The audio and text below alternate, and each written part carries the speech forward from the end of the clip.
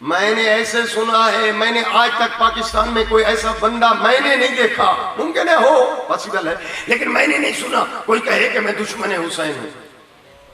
اور کوئی کہتا ہے میں حسین ہوں. لیکن طریقے کا فرق ہے. جس کے ساتھ کھڑے ہوں گے تو اس کے مد مقابل آنے والے کو چھوڑنا پڑے گا. کیا خیال ہے آپ کا؟ اوے بابا ادھر بھی تنظیمیں ہیں، تحریک انصاف سے کھڑے ہو گئے تو دوسروں کو، پی پی کے ساتھ کھڑے ہوں گے تو دوسروں کو، نون لیگ کے ساتھ کھڑے ہوں گے تو دوسروں کو. یا کیا خیال ہے؟ ادھر بھی ادھر بھی، ایک ہاتھ ادھر ایک ہاتھ. کیا خیال ہے؟ اوے بابا جب ایک جی مسلمانوں سے بھی میں پوچھوں تو وہ یہی کہیں گے جو خلافت اول کا قائل ہے تو خلافت اول کے دشمنوں کو چھوڑنا پڑے گا، جو خلافت ثانی کا قائل ہے تو اس کے مخالف کو چھوڑنا پڑے گا، خلافت ثالث کا قائل ہے تو اس کے مخالف کو چھوڑنا پڑے گا، جو خلیفہ راشد رابع علی کا قائل ہے اس کے مقابل میں لڑنے والوں کو.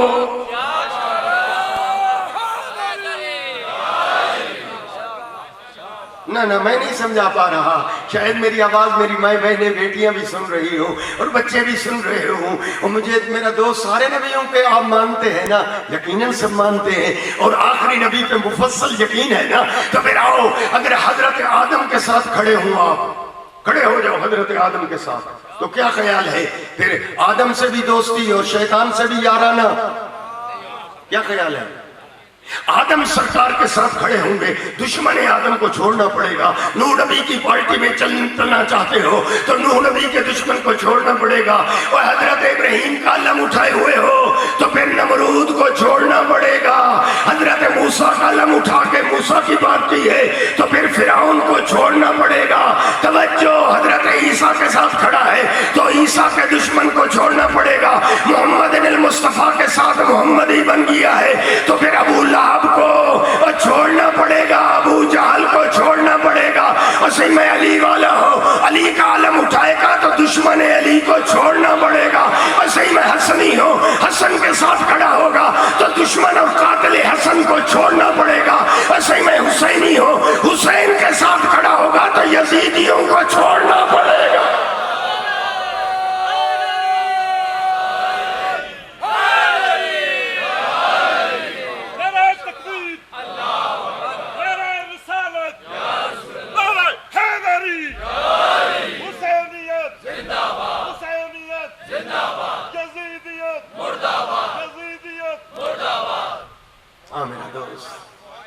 ذرا یہ عقل اللہ نے آپ کو نعمت دی ہے، یہ عقل کیا ہے؟ میری طرف بولیں. جی یہ عقل نعمت ہے. اس کو حدیثوں میں رسول باطنی کہا گیا ہے. اس عقل کو، یہ کمپیوٹر ہے، کھولیں اس کو، بند نہ رکھیں، اس کو یوز کریں ورنہ کہیں اللہ ناراض نہ ہو جائے کہ کہیں یہ ڈیڈ نہ ہو جائے. اسے استعمال کریں عقل کو. عقل بتائے گی حق کہاں ہے باطل کہاں ہے. حق بتائے گی کہ عقل بتائے گی کہ یہ کھوٹ کہاں ہے اور سچ کہاں ہے. یہ عقل بتائے گی کہ کونوا مع صادقین. نبی بار بار کہتے تھے سچوں کے ساتھ ہو جاؤ، اور میدان مبالہ میں جب آئے ہیں آگے رسول ہے. حسن کو انگلی سے لگایا ہوا ہے، حسین کو سینے سے لگایا ہوا ہے، زہرا پیچھے چل رہی ہے، آخر میں علی چل رہے ہیں. پیکن کو میدان میں لا کر بتایا میں نے سچے فقط بتائے نہیں، میں نے سچے آپ کو دکھائے ہیں.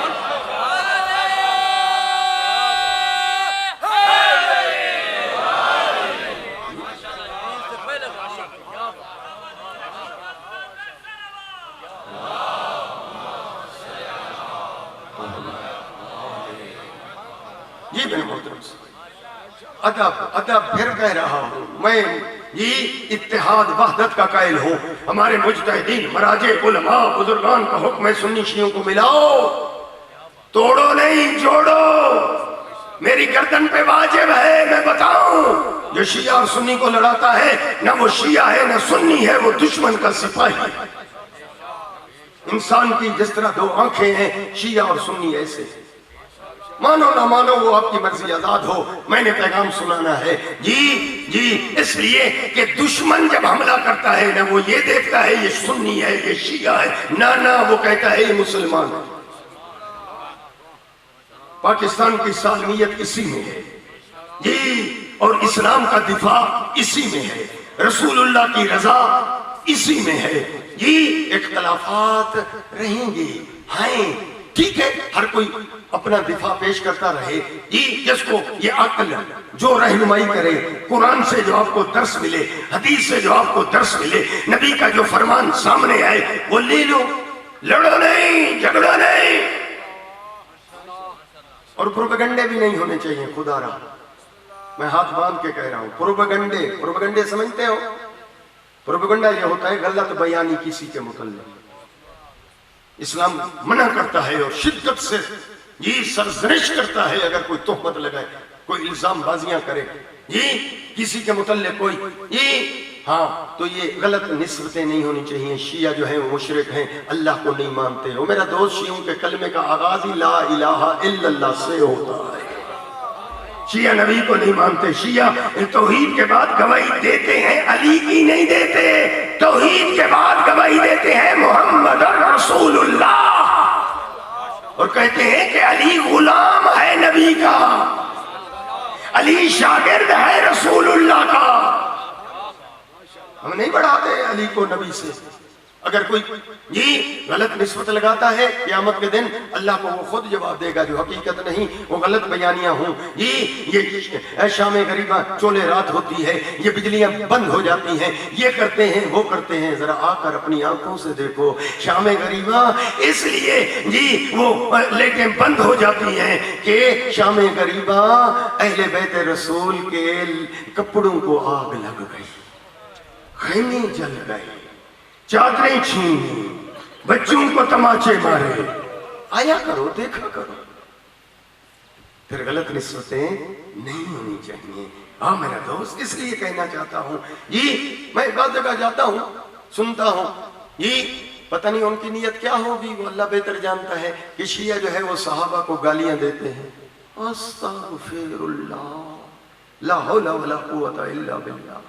میرا دوست کون ہے جو نبی کے پیاروں کو گالیاں دے؟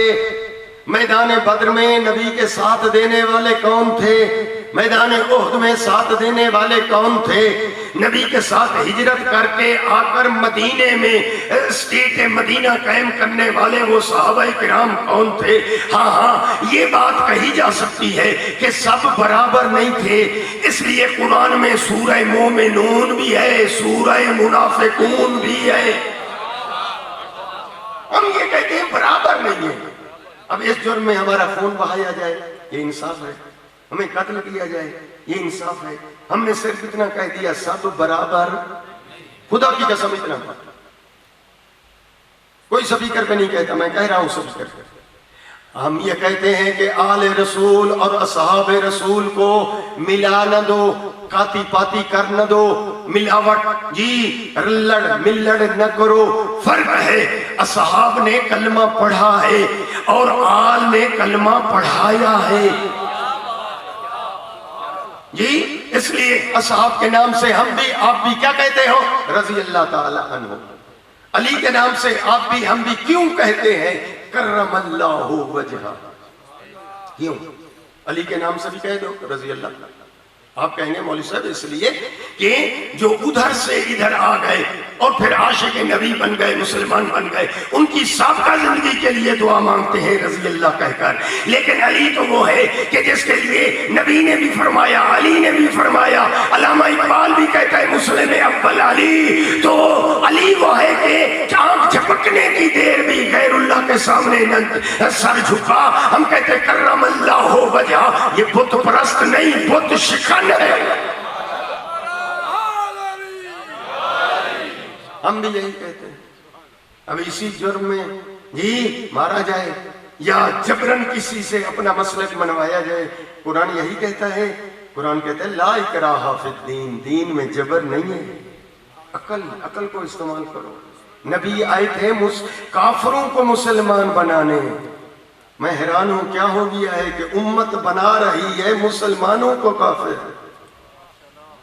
یہ تھوڑے تھوڑے شکوے رنجشیں ہیں دل میں، بھائی کو بھائی سے تھوڑی تھوڑی رنجش کا شکوہ رہا کرتا ہے، اور میں اظہار اس لیے کر رہا ہوں کہ میں سچے دل سے تمام کو بھائی سمجھتا ہوں اور آپ سے بھی کہتا رہوں گا، لیکن یہ محبت کے درس دو، یہ دراڑیں اگر پڑ گئی ہیں تو ان کو مٹاؤ، اور ایک جس طرح ہم سال بھر اکٹھے ہوتے ہیں اسی طرح محرم میں بھی اکٹھے ہونے چاہیے جی، اور فرق بیان کر دو کہ آؤ سب برابر نہیں، شیعہ یعنی حیدر کرار کہتے ہیں اصحاب اصحاب ہیں، آل آل ہیں، پر فرق کر لو کہ ہدیہ لینے والے اور ہیں، صدقہ کھانے والے اور ہیں، کلمہ پڑھنے والے اور ہیں، کلمہ پڑھانے والے اور ہیں، اجر رسالت دینے والے اور ہیں، اجر رسالت لینے والے اور۔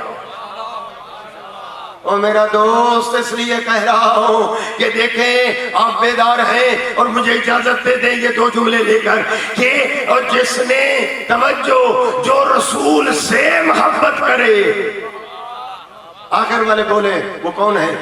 جو رسول سے محبت کریں، لکھو جو رسول سے محبت کریں انہیں اصحاب رسول کہتے ہیں، اور جن سے خود رسول محبت کریں انہیں آل رسول کہتے ہیں۔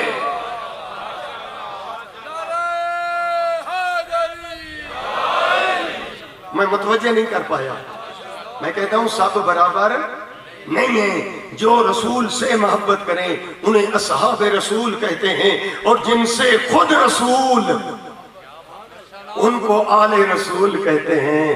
آخر والے چپ ہیں، انہوں نے چپ کی شاید قسم کھائی ہے کہ آج مفت مجلس سنیں گے، نہ نعرہ نہ صلوات۔ آپ کے لیے میں جملہ کہہ رہا ہوں، اور میرا دوست جو رسول کو اپنے کندھوں پر اٹھائے، بولو تو صحیح، جو رسول کو اپنے کندھوں پر اٹھائے انہیں اصحاب رسول کہتے ہیں، جن کو خود رسول اپنے کندھوں پر اٹھائے انہیں آل رسول کہتے ہیں۔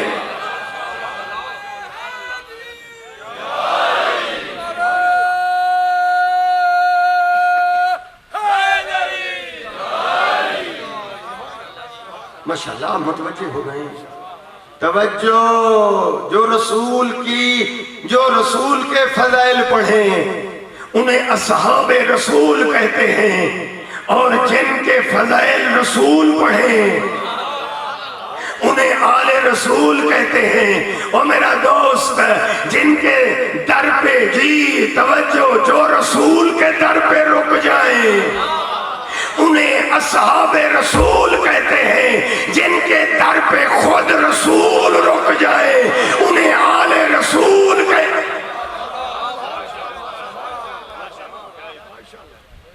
خدا کا کرے کہ یہ پیغام پہنچے، دنیا کو پتہ چلے کہ فرق کرنا چاہیے، سب کو ملانا نہیں چاہیے۔ اس لیے صحابہ کرام نے انہوں نے بتایا پر ہم نے نہ سمجھا۔ خود صحابہ کرام نے کتنی جگہوں پر جس کے سر پہ تاج امامت دنیا نے سجایا، وہ کہتے ہوئے نظر آتے ہیں امام اعظم لولا السنتان لہلک النعمان، اگر 2 سال نہ ہوتے جو میں نے امام جعفر صادق کی شاگردی میں گزارے، لہلک النعمان، میں ہلاک ہو جاتا۔ جس کے سر پہ تاج خلافت سجایا گیا وہ 70 دفعہ کہتے ہوئے نظر آتے ہیں لولا علی لہلک فلاں، اگر علی نہ ہوتے ہم ہلاک ہو جاتے۔ ہم بھی یہی کہنا چاہتے ہیں، فرق کرو کہ ہلاک ہونے والے اور ہیں اور ہلاکت سے نکالنے والے اور ہیں۔